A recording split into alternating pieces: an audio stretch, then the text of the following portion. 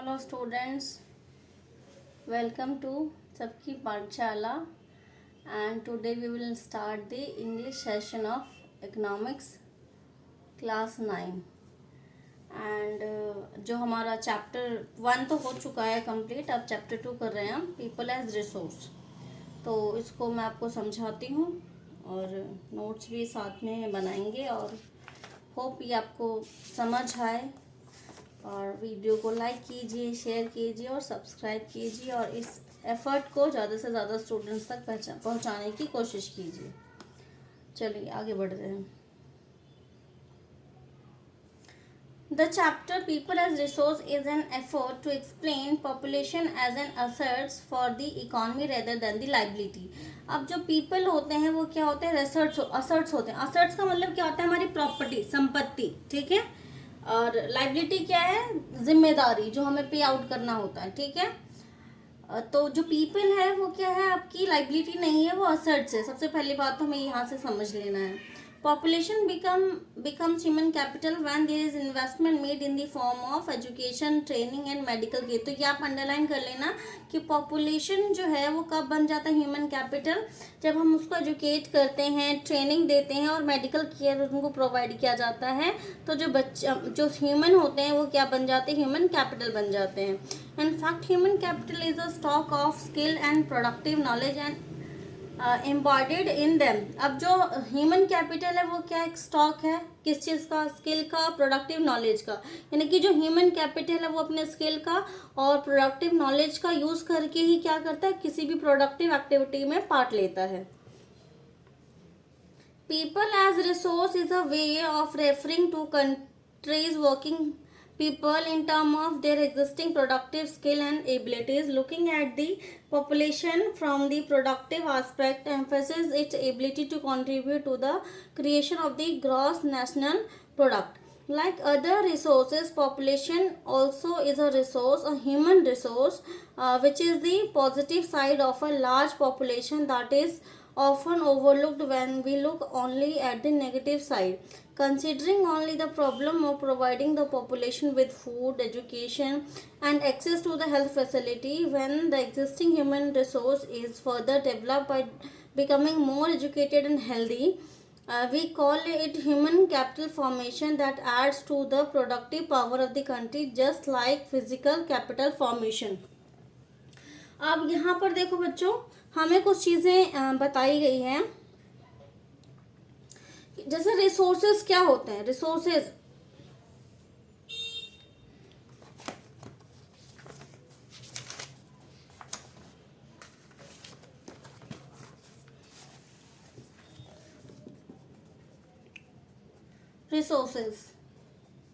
which we use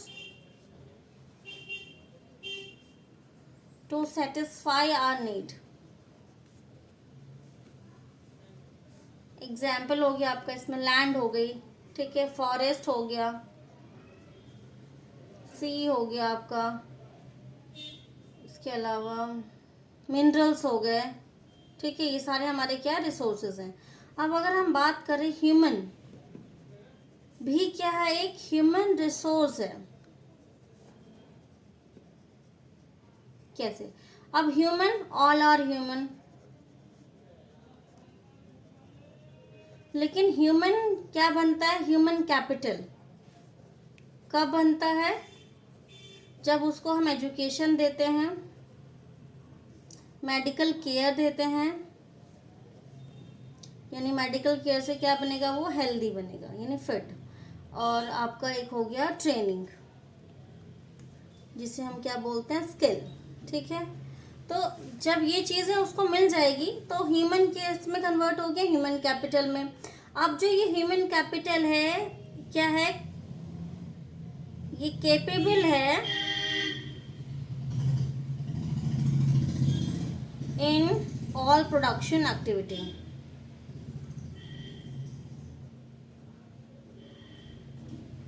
यानी इसके बाद ये क्या करेगा? जॉब करेगा, क्योंकि अगर कैपेबल है तो। और जॉब से क्या जनरेट करेगा? ये इनकम जनरेट करेगा, जो ये अपनी फैमिली के लिए भी यूज़ करेगा और उसका कुछ कंट्रीब्यूशन कहाँ जाएगा? कंट्री के लिए भी होगा। ठीक है। तो इस तरीके से जब कंट्री के लिए कंट्रीब्यूट करेगा तो ये क्या जनरेट करेगा, gross domestic product which is GDP. अब जीडीपी होता क्या है आपका, ये भी आप लिख लेना, ग्रॉस डोमेस्टिक प्रोडक्ट, शॉर्ट में इसको हम नेशनल इनकम भी बोलते हैं।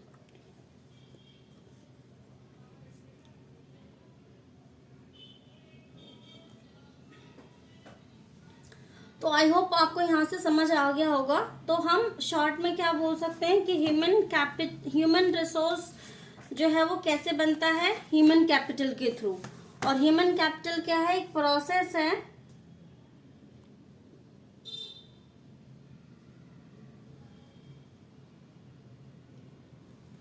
ठीक है, एक प्रोसेस है ह्यूमन कैपिटल, जिसमें कि ह्यूमन को कैपिटल में कन्वर्ट किया जाता है।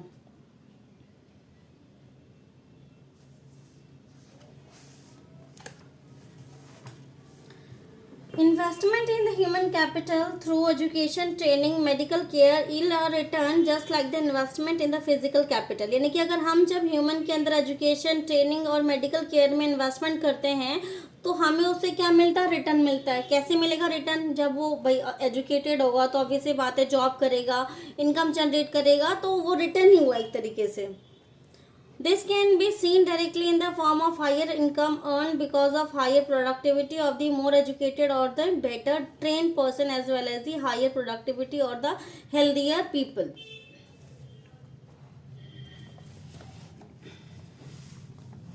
Next, not only do the more educated and the healthier people gain through higher income, society also gain in other indirect ways, because the advantage of the more educated or a healthier population spread to those who themselves were not directly educated or given health care. In fact, human capital is in one way superior to the other resources like land and the physical capital. Human resource can make use of land and capital. Land and capital cannot make become the useful on its own। अब यहाँ पे बहुत अच्छी coating बोली हुई है बच्चों कि ह्यूमन रिसोर्स बहुत इंपॉर्टेंट है, बिकॉज बिना ह्यूमन कैपिटल के जो है वो डेवलपमेंट पॉसिबल ही नहीं है। ठीक है, अब अगर हम यहाँ पर रिसोर्सेज को 2 कैटेगरी में डिवाइड करें रिसोर्सेज को, तो आप यहाँ से ब्रॉडली समझ लो, रिसोर्सेज 2 हो गए आपकी। एक फिजिकल रिसोर्स हो गया आपका, जिसमें हम क्या क्या ले लेंगे, लैंड लेंगे, कैपिटल लेंगे, फॉरेस्ट लेंगे, एटसेट्रा। ठीक है, और एक है आपका ह्यूमन रिसोर्स। ठीक है, अब जो फिजिकल रिसोर्स है उसको कौन यूज करता है, ह्यूमन रिसोर्स यूज करता है। ठीक है, फिजिकल लैंड अपने आप तो यूज नहीं हो सकता ना, अपने आप से लैंड पे कोई अनाज नहीं उग जाएगा, मतलब कोई भी क्रॉप नहीं उग सकता है। कैपिटल जो है वो अपने आप से यूजफुल रिटर्न नहीं देगा हमको, या फॉरेस्ट अपने आप से यूजफुल नहीं हो सकता है। इन सभी चीज़ों को कौन यूज कर सकता है, ह्यूमन यूज करता है अपने नीड्स को सेटिस्फाई करने के लिए। तो सबसे ज़्यादा इंपॉर्टेंट कौन सा रिसोर्स हो गया आपका, ह्यूमन कैपिटल, क्योंकि ह्यूमन कैपिटल ही एक ऐसा रिसोर्स है जो क्या करता है, फिजिकल रिसोर्स को अपनी ज़रूरत के लिए, अपनी नीड के लिए वो उसको यूज करता है।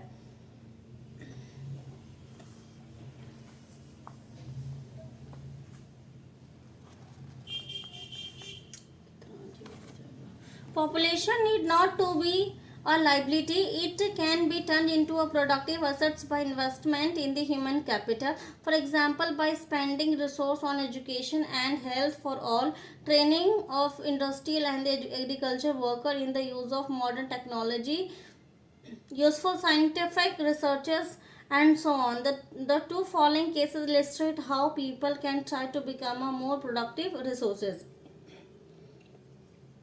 तो अब यहाँ पर एजुकेशन को पूरा प्रायोरिटी दिया गया है कि एजुकेशन क्या है, बहुत मोस्ट इम्पॉर्टेंट है, जिससे ह्यूमन जो है वो किस में ट्रांसफॉर्म हो जाता है, ह्यूमन कैपिटल में ट्रांसफॉर्म हो जाता है। अब ये स्टोरी ऑफ सकल है, चलो उसके पढ़ते हैं और देखते हैं क्या है इसमें। There were 2 friends, Vilas and Sakal, living in the same village, Semapur. Sakal was a 12-year-old boy. His mother Sheela work after domestic chores.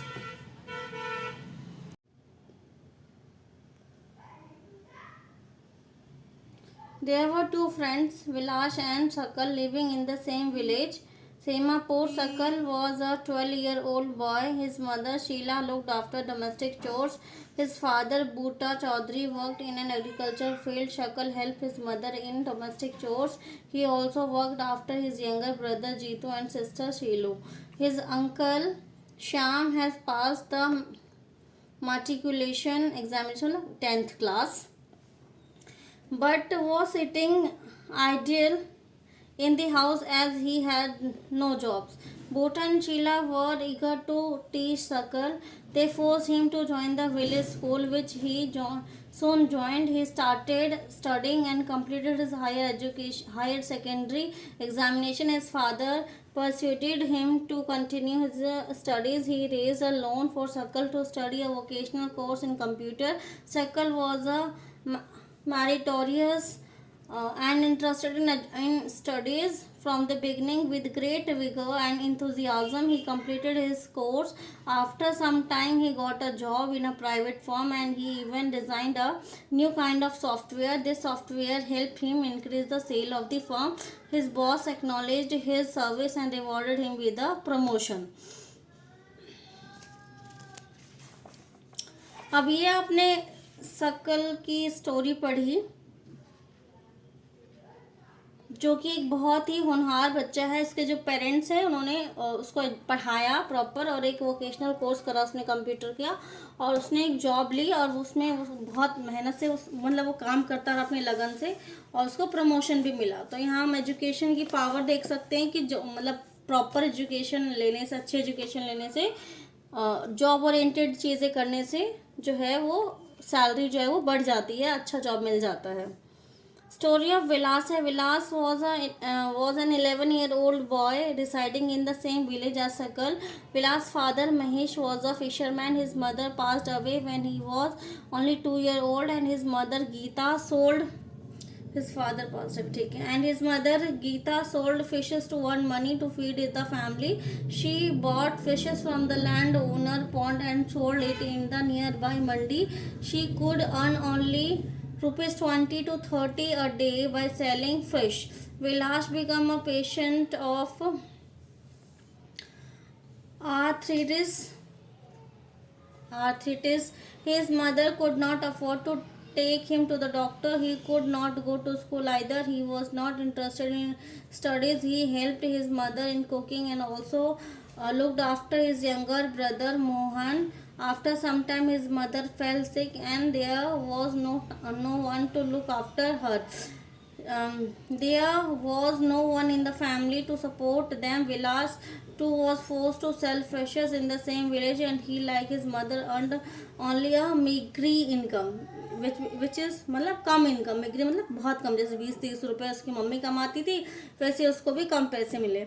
अब देखो यहाँ पर एक सबसे पहले वो हेल्थ इशू दिखाया गया है कि वो बीमार है, जिसकी वजह से उसकी जो एफिशिएंसी है, जो प्रोडक्टिविटी है, वो क्या हो गई, कम हो गई है. एंड सेकेंड चीज़, वो पढ़ना भी नहीं चाहता है. उसके फैमिली की इनकम क्या है, बहुत कम है, जिसकी वजह से उसकी मम्मी जो है उसकी एजुकेशन में किसी तरह का कोई इन्वेस्टमेंट नहीं कर पाई.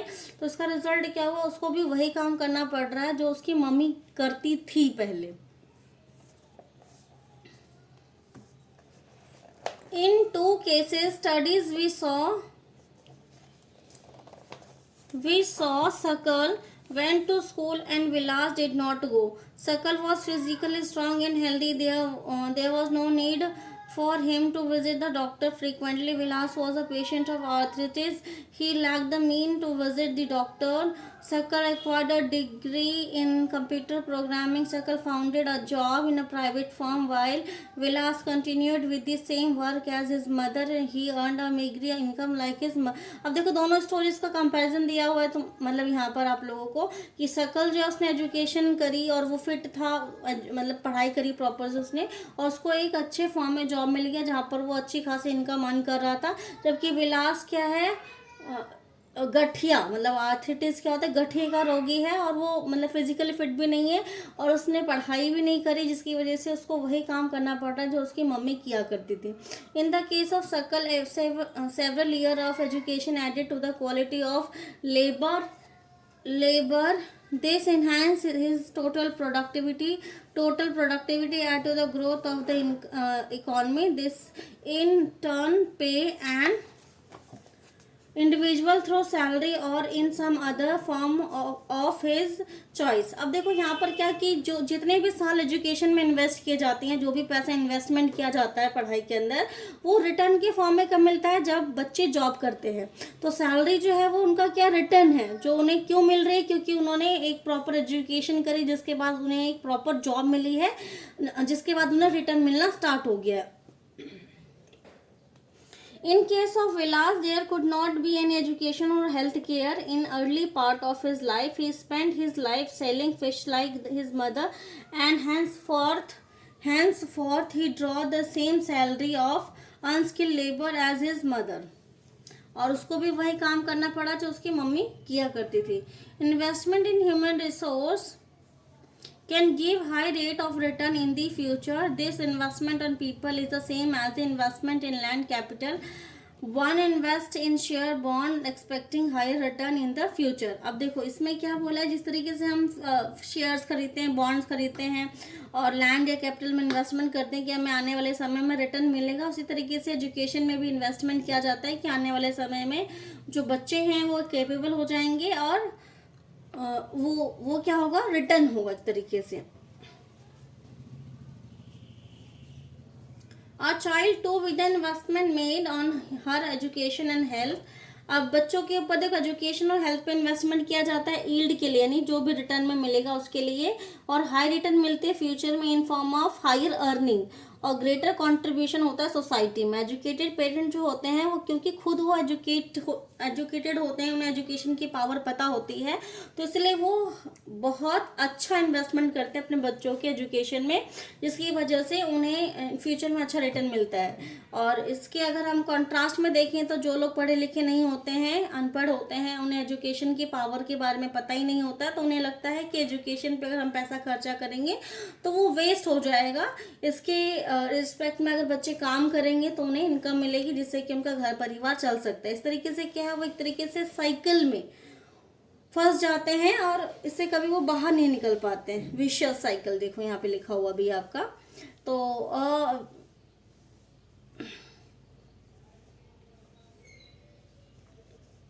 countries like Japan have invested in human resources. They did not have any natural resource. These countries are developed and rich countries. They import the natural resources needed in their country. How did they become rich and developed? They have invested on the people, especially in the field of education, health, and these people have made efficient use of other resources like land and capital. Efficiency and the technology involved by the people have made these countries rich and developed. अब यहाँ पे आपको Japan की story बताई हुई है कि जो जापान है उसके अंदर उस कंट्री में नेचुरल रिसोर्सेज नहीं है, ना के बराबर है, फिर भी वो एक डेवलप कंट्री है। ऐसा क्यों? क्योंकि उसने अपना सारा का सारा जो इन्वेस्टमेंट है वो ह्यूमन कैपिटल में किया, और जो उनके लोग हो गए, मतलब वहाँ के जो सिटीजन्स है, पीपल हुए, वो स्किल्ड हुए, और वो लोग क्या करते हैं, उन्हें जिस भी नेचुरल रिसोर्स की ज़रूरत होती है तो वो उसको इंपोर्ट करते हैं और फिर उसको यूज़ करते हैं अपने डेवलपमेंटल पर्पस के लिए, और प्रोडक्ट्स बना करके उसको वो बाहर बेचते हैं, सेल आउट करते हैं, जिससे क्या है उनकी इकॉनमी जो है वो ग्रो कर रही है।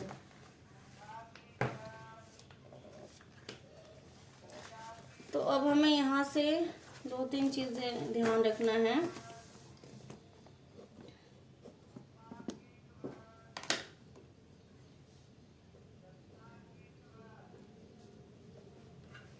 Population becomes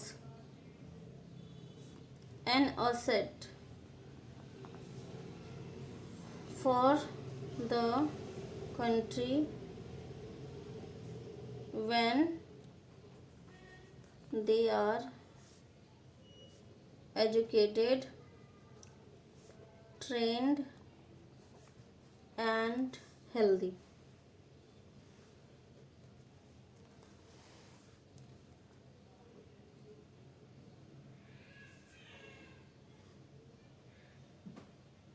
ठीक है, और जापान ने क्या किया? Japan invested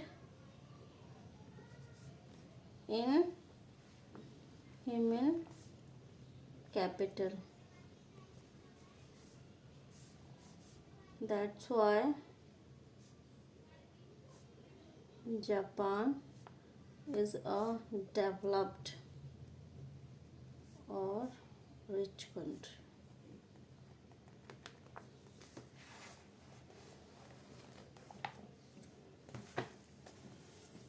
Economic activities by man and women.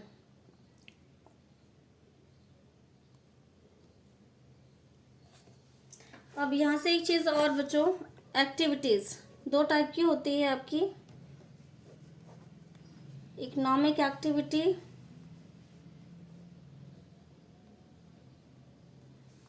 Non economic activity.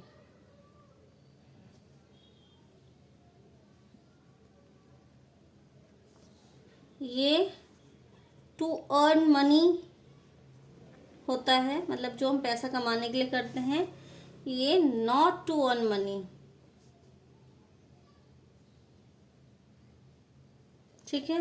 अब अर्न मनी मतलब जैसे मान लो कोई टीचर है, वो पढ़ाता है, ऑब्वियस बात है उसे सैलरी मिलती है। डॉक्टर है, पेशेंट्स का ट्रीटमेंट करता है, उससे उसे फीस मिलती है। इस तरीके से वो सारे काम जो पैसा अर्न करने के पर्पज से किया जाता है वो इकोनॉमिक एक्टिविटी होता है। और नॉन इकोनॉमिक एक्टिविटी जो पैसा अर्न करने के इंटेंशन से नहीं किया जाता, वो नॉन इकोनॉमिक एक्टिविटी होती है। जैसे कि जो हमारी मम्मियाँ होती हैं, घर में काम करती हैं, ठीक है, तो उसके लिए बदले में उन्हें कोई पैसे तो मिलते नहीं है, तो वो क्या हुआ, एक तरीके से नॉन इकोनॉमिक एक्टिविटी है। या एक टीचर है जो स्कूल में पढ़ाता है, लेकिन घर आकर के वो अपने बच्चे को भी पढ़ाता है, तो जो अपने बच्चे को पढ़ा रहा है उसके लिए वो क्या हो गया, नॉन इकोनॉमिक एक्टिविटी हो गई, क्योंकि उसके बदले में उसे किसी तरह की कोई सैलरी नहीं मिलने वाली है।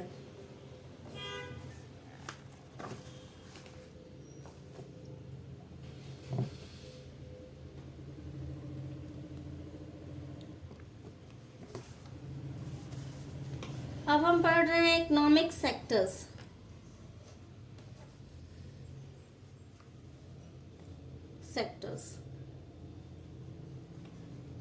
किसी भी इकोनॉमी में तीन सेक्टर्स होते हैं। एक होता है आपका प्राइमरी सेक्टर, एक होता है आपका secondary sector,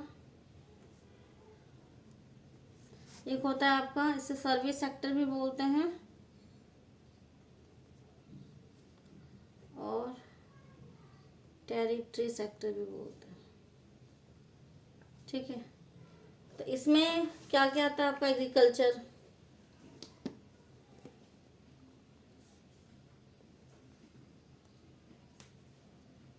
animal husbandry,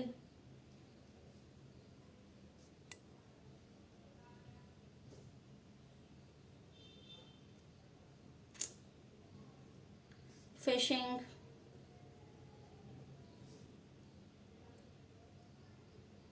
mining, etc। Secondary sector में मैन्युफैक्चरिंग,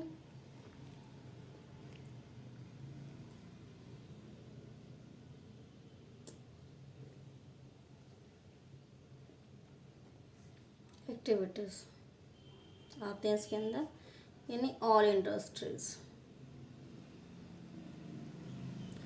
सर्विस सेक्टर में आपका LIC, इंश्योरेंस, बैंकिंग, ट्रांसपोर्टेशन, ये सभी चीज़ें आपके आते हैं सर्विस सेक्टर में। ठीक है, तो किसी भी कंट्री में जो भी काम होता है, कुछ भी काम अपने आसपास आप देखो, वो इन तीनों में से किसी ना किसी सर्विस सेक्टर के अंदर, किसी ना किसी सेक्टर के अंदर ही होगा। इन तीनों सेक्टर से बाहर कोई चीज़ नहीं होती है। जो भी, चाहे मेल हो फीमेल हो, कोई भी व्यक्ति जो काम कर रहा है वो इनमें से कोई ना कोई सेक्टर, जैसे आप मान लो एग्जाम्पल लो, जो फार्मर्स हैं वो इसमें आ जाएंगे आपके, जो मजदूर होते हैं, मतलब जो फैक्ट्रीज में जो लोग काम करते हैं वो इसमें आ गए, जो बैंक्स में काम कर रहे हैं, या कुरियर बॉय हो गए, या फिर ट्रांसपोर्ट वाले हो गए, इंश्योरेंस वाले हो गए, वो सब इसके अंदर आ जाते हैं। ठीक है, तो यानी कि जितनी भी एक्टिविटीज़ हैं वो ब्रॉडली इन तीन कैटेगरी में ही है, इसके अलावा कोई कैटेगरी नहीं है। ठीक है,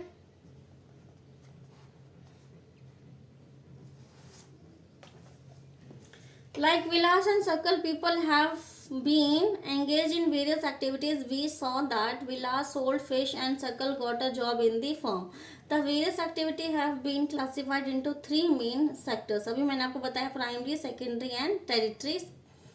primary sector include agriculture, forestry, animal husbandry, fishing, ये सब मैं आपको नोट्स में दे चुकी हूँ अभी. और मैन्युफैक्चरिंग जो है वो आपका सेकेंडरी सेक्टर में आता है. Trade, transport, communication, banking, education, health, tourism, service, ये सारा आपका सर्विस सेक्टर में आता है. The activities in this sector result in the production of good and services. These activities add value to the national income. अब ये जितनी भी एक्टिविटीज हो रही है प्राइमरी में, सेकेंडरी में और सर्विस सेक्टर में, इन तीनों में जितनी भी एक्टिविटीज हो रही हैं, जब उनके मॉनेटरी वैल्यू को हम कैलकुलेट करते हैं और उनको टोटल कर देते हैं तो उससे हमारा क्या निकल जाता है, नेशनल इनकम निकल जाता है. These activities are called economic activity. Economic activities have two part. अभी मैंने आपको बता दिया कि इकोनॉमिक एक्टिविटी क्या होती है और ये सारा क्या है आपका इकोनॉमिक एक्टिविटी ही है. इकोनॉमिक एक्टिविटी को फर्दर टू कैटेगरी में बांटा गया है. आपका मार्केट एक्टिविटी हुआ एक और एक हो गया आपका non market activity. Market activity और नॉन मार्केट एक्टिविटी. तो मार्केट एक्टिविटी कौन सा होता है, जो कि जिसमें मतलब पैसे मिलते हैं, ठीक है, to anyone who perform activity, perform for pay और प्रॉफिट, मतलब वही पैसे के लिए, प्रॉफिट के लिए या फिर मनी के लिए. This include production of goods और सर्विसेज इंक्लूडिंग गवर्नमेंट सर्विसेज. और नॉन मार्केट प्रोडक्शन क्या है आपका, फॉर द सेल्फ कंजम्पशन, जो हम अपने लिए करते हैं. जैसे एक फार्मर ले लो आप, ठीक है, ये क्या है, फार्मर है, ठीक है. अब इसने क्या क्या प्रोडक्शन किया, मान लो गेहूं उगाया अपने, ठीक है, वीट हार्वेस्ट किया इसने. अब ये क्या कर रहा है, इसको सेल्फ कंज्यूम कर रहा है, मतलब अपने घर में इसने रखा है खुद के खाने के लिए. तो ये जो एक्टिविटी हो गई वो कौन सी हो गई, नॉन मार्केट एक्टिविटी हो गई. यानी कि जो हम अपने लिए करते हैं वो क्या होता है, नॉन मार्केट एक्टिविटी होता है. और मार्केट एक्टिविटी जो हम बाजार में बेचने के पर्पज से करते हैं वो हमारा क्या होता है, मार्केट एक्टिविटी.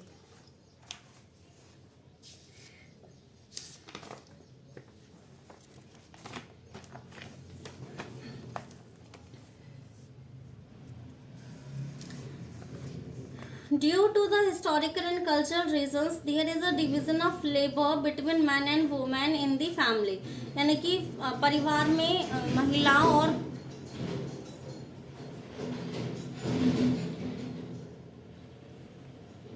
परिवार में महिलाओं और पुरुषों में कार्य का क्या होता है, विभाजन होता है. जनरली जो डोमेस्टिक चोर्स होती हैं वो वुमेन, जो डोमेस्टिक चोर होता है वो वुमेन्स करती हैं, और जो बाहर का काम होता है, फील्ड वर्क हो गया, वो मेल करते हैं, मतलब मेंस करते हैं. तो वही सकल की स्टोरी से उठाया गया है कि mother Sheela cook food, clean utensils, washes cloth, clean the house, look after her children. Sakal father Buta cultivate the field, sell the production in the market and earn money for the family. ठीक है, यानी घर का सारा काम जो है वो उसकी मम्मी करती है, और जो घर का बाहर का खेती का सारा काम है वो सब उसके पापा करते हैं, और परिवार के लिए लाइवलीहुड जो है वो जनरेट करते हैं.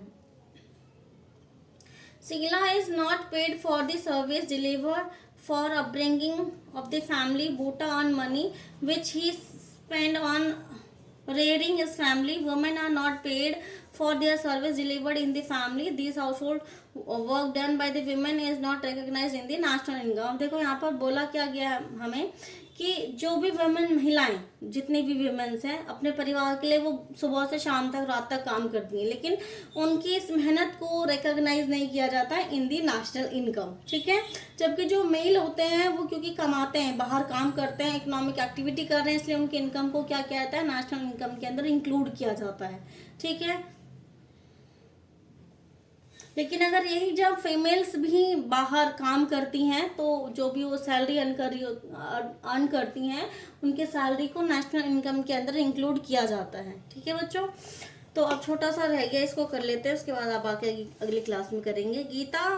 गीता's mother sorry, Geeta, mother of Vilas, earn an income by selling fishes. Thus, women are paid for their work when they enter in the labor market. Their earning, like that of their male counterpart, is determined on the basis of education and skill.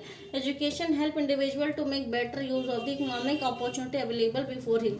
अब देखो यहाँ पे क्या बोला गया है कि एक वुमेन जो है उसका भी जो अर्निंग स्किल है वो किस पे डिपेंड करेगा, उसके एजुकेशन लेवल पर कि वो कितनी पढ़ी लिखी है, उसके अंदर कितना स्किल है काम करने का, ठीक है। इन चीज़ों पर डिपेंड करता है कि उसकी जो सैलरी है या जो उसकी अर्निंग कैपेसिटी है वो कितनी होगी।